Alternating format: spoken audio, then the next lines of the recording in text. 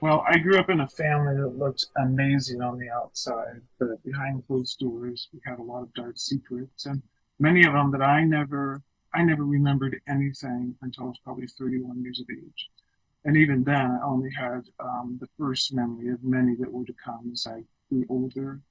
The main perpetrator in my family was my dad. Um, uh, Moving through the experience, I began to realize later on, as I was getting healthier, that my mom had to have been also involved in ritual abuse when she was a child. That she would have never been a perpetrator in this, but at the same time, she was controlled, dissociated as well, probably, and was not really able to protect us or see the need to protect me. I recovered memories from birth until 18, and then I was reaccessed by my dad one time when he came to visit my husband and I at the age of 32.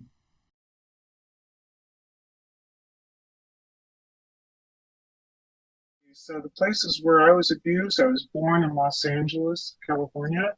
And when we were in the city, it often happened. I remember specifically a three-bedroom sort of ranch style home that these rituals would take place in. And then there were times where we were driven out of town, uh, probably someplace northwest of Northridge, where things happened in caves. And that had more of a military feel to it. And those are the places that I recall. And then we moved to Alaska when I was in elementary school, early elementary school.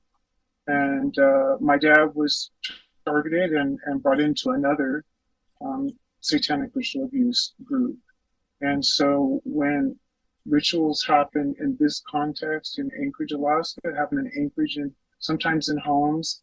And some of my first memories were in much larger groups that were happening in the summertime in secluded, wooded areas where people would drive for hours to get there down dirt roads. And sometimes they were on Indian reservations. And I always had a sense that later on, as I was processing stuff, I really had this sense that there was a sort of uneasy truce between the coven leaders and the locations they used on reservation. It was a truce, an agreement that their children would never be targeted. I think the important thing is to consider what types of rituals. If you The Satanic Ritual Coven has a calendar of events that they celebrate all throughout the year, and so certain rituals, the main rituals I was a part of, if they were sexual rituals, particularly sexual rituals like the Bride of Satan, for example, then I was the target. I was the one that they were abusing during the ritual itself, and they were sexual in nature. And then always after any kind of ritual, there was kind of a sexual free for all, like an orgy, and I had to be used in those situations. Some of the rituals were, when they were sexual in nature, they would only have certain people of the right hierarchy, and everybody else had to watch. And then it was also important in a sexual ritual that they were looking to see if you could control yourself, especially the men wouldn't have an erection until afterwards, and that showed discipline and certain things. Then, of course, after that, it was open to whatever they wanted. The other nature of the rituals is if you looked at consistency, there was the ritual itself, whichever was required for that particular date in the calendar, and then there was the sexual free for all. And if it was a ritual that did not include sexual stuff, then I was sequestered. But if it did, I was the target. And then the big free for all. And then there was often cannibalism as well. Not always, but cannibalism, sometimes forcing us to eat feces or be urinated on. It was very disgusting and frightening. When I think about the people that are a part of this, these are not people that are blue collar or low on the economic scale. These are people of reputation. They're people that are educated. They're judges. They're lawyers. They're doctors. They're morticians. They're people who work in a hospital that can do all kinds of medical issues.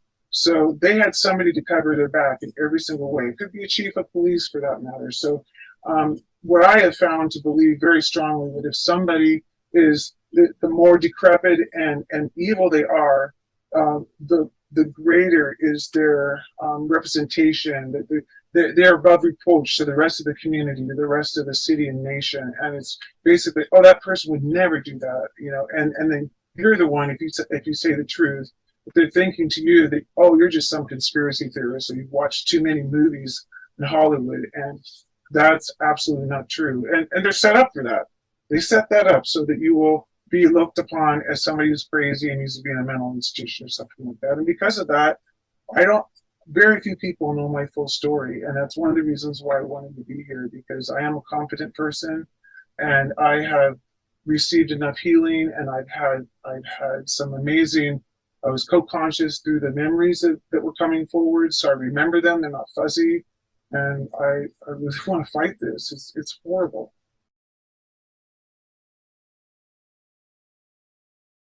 This is not hard at all. I mean, if you're a child like me at 5 or 6 years old, and you're at a ritual, and you're watching another child the same age refuse to be, please don't do that, and fighting against whatever they want to do, and then that child is killed in front of you, what are you going to do?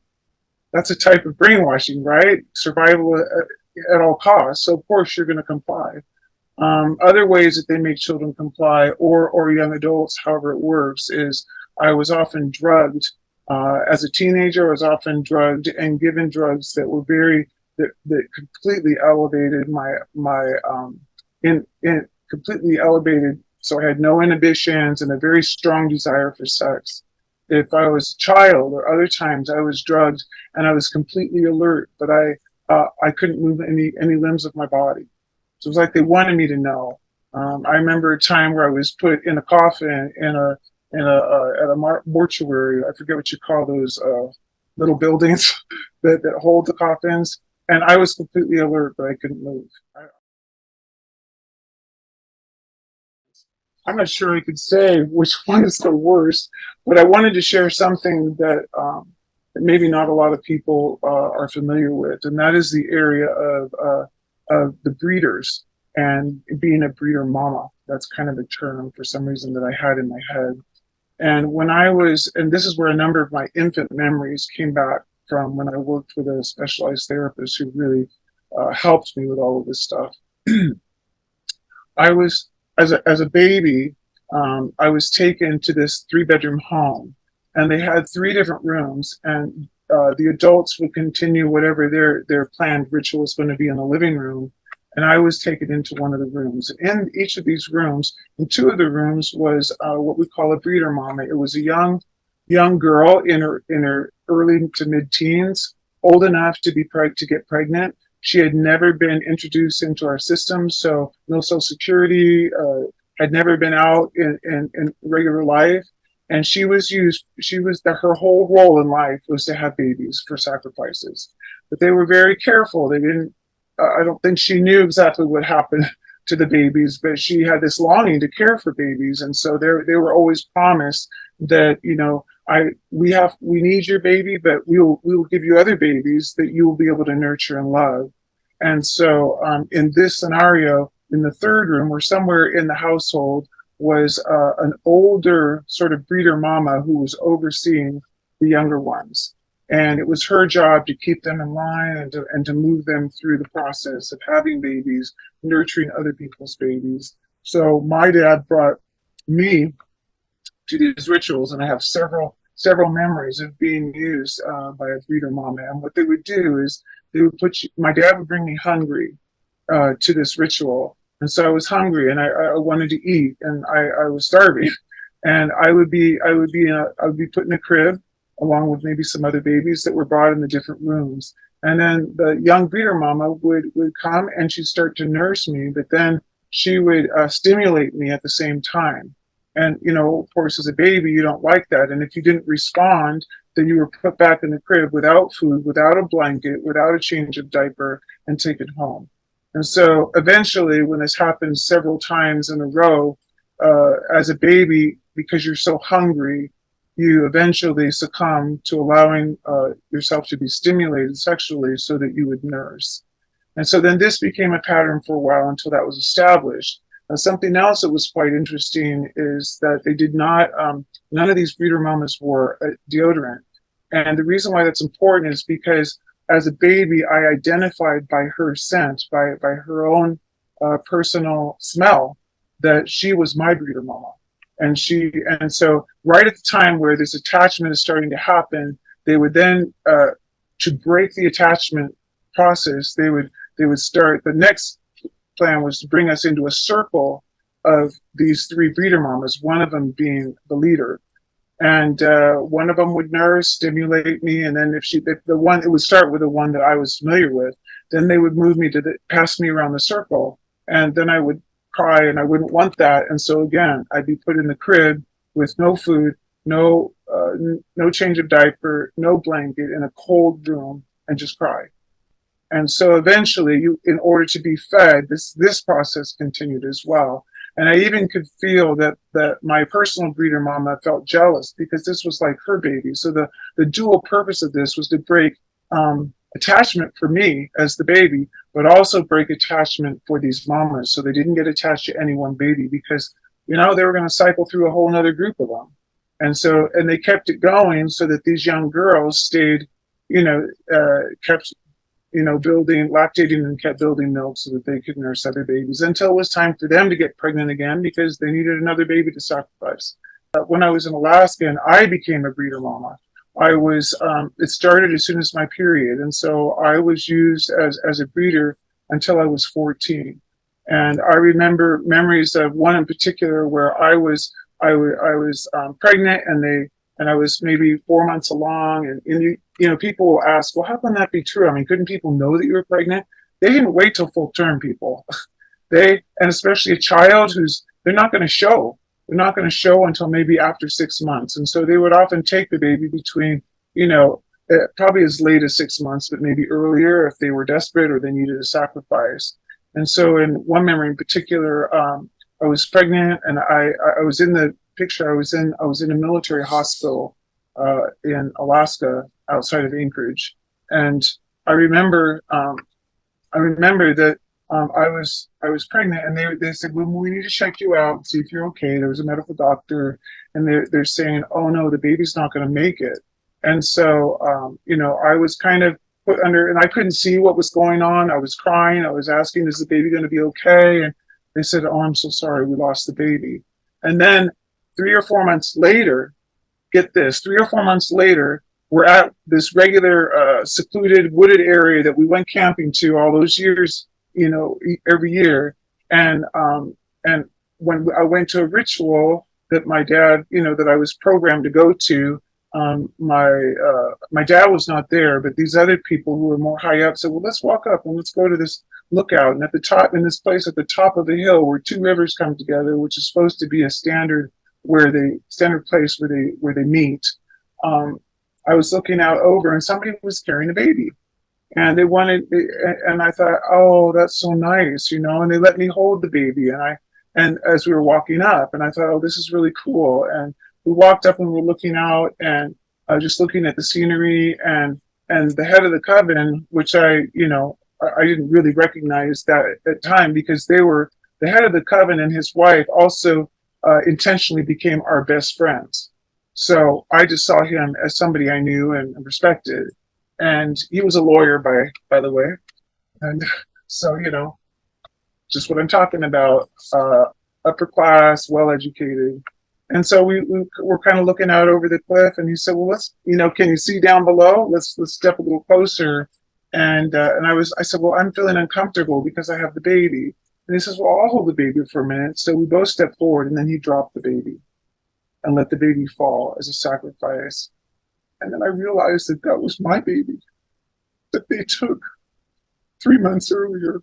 So it's pretty sad. They used me as a breeder until I was 14. I was in a relationship with another teenage boy, and it was not a healthy relationship. It was that I thought that I got pregnant because we had been intimate a few times. And so we went to my parents, and my mom said, and I always felt like my mom was more of a target in this, which is kind of interesting, and I understand why now. But she said, well, if you want to stay in the family, you're going to have to have an abortion. And I thought, well, I don't want to do that, but I don't want to have the baby either. And so I went through with it. But it was interesting.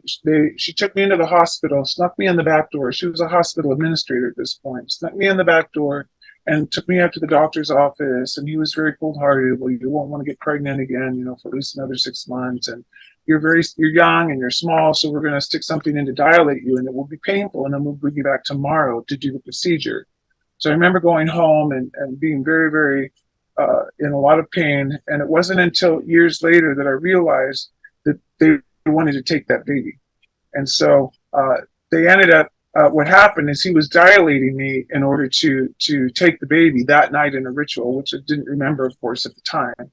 They took the baby. Then my mom brought me back the next day through the front door, up in the normal way, into the office. I checked in, and then she never even stayed with me. I had this abortion, a bogus abortion, because they'd already taken the baby just to cover the tracks. I would say, people, wake up. This is real. If you heard me talking, I'm competent. I know what I'm talking about. I've walked through this, and I help other people walk through this as well. And this is not a make believe. This is not too many movies. This is not, I read too many Robert Ludlum novels. This is real, and this happens. And a lot of times, when we think about somebody who's above reproach, and we say to ourselves, that person could never have done that. Well, think about all the other people that have come out in the news. You think, oh my gosh, I never thought that about them. This is the same case here, people. And the thing you need to realize is that we don't want to believe it. How long did it take for all of us to embrace the idea of sex trafficking? A long time, 20 years probably, before we were willing to realize, okay, this is true. People, this is a type of sex trafficking, but it's even worse. Well, I can't say it's worse. It's different, but it's the same idea. And so my plea is that you will listen to this story, that you will listen to the documentaries, that you will see the different dimensions of how